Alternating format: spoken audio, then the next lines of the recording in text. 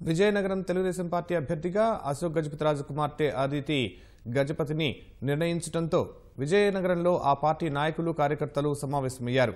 తన కుమార్తె విజయనగరం ఎమ్మెల్యే అభ్యర్థిగా పోటీ చేస్తోందని పార్టీ నేతలంతా మద్దతు పలకాలని అశోక్ గజపతిరాజు కోరారు. 20వ తేదీన నామినేషన్లు వేయనున్నట్లు తెలిపారు. తొలిసారిగా విజయనగరం ఎమ్మెల్యేగా పోటీ చేస్తున్నానన్న అదితి ప్రజలంతా ఆశీర్వదించాలని, భారీ మెజార్టీతో గెలిపించాలని కోరారు. రాజకీయం అనేది చెత్తబుట్ట లాంటిదన్న అశోక్ గజపతిరాజు తిట్టేవారు, పొగిడేవారు ఉంటారు కాబట్టి అన్నింటికీ సిద్ధంగా ఉండాలని కుమార్తె ఆదిత్యకి సూచించారు. ఒక తండ్రిగా రాజకీయం అనేసరికి ఇది చిన్న విషయం కాదు. నువ్వు చెత్తబుట్టలో ఉండవచ్చు, పైన ఉండవచ్చు. అది పార్టీ మనకు గౌరవిస్తుంది. ఒక అంతు కార్యకర్తలు దీవెన వచ్చిన తర్వాత ప్రజలు దీవిస్తే మళ్ళీ వస్తావు, లేకపోతే రాలేదు.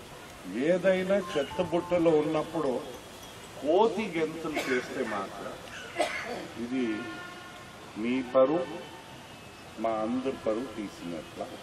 ప్రతి శుక్రవారం బెయిల్ కోసం సంతకం పెట్టేవాడు ఇప్పుడు జైలు నుంచి వచ్చి నాయకత్వం వహిస్తాడు. ఇవి చాలా గమ్మత్తుగా ఉంటాయి. చారిత్రక అవకాశం మన తెలుగుదేశం పార్టీ రావాలి. ఓకే, 20th నాన్నగారిది నాది నామినేషన్ ఉంది. ఆ రోజు మనం అందరం కృషి చేసి విజయవంతంగా చేయాలి. అలాగే మన ఎలక్షన్ మొత్తం విజయవంతంగా చేయాలి. భారీ మెజారిటీతో నాన్నగారిని నన్ను గెలిపించాలని కోరుకుంటున్నాను.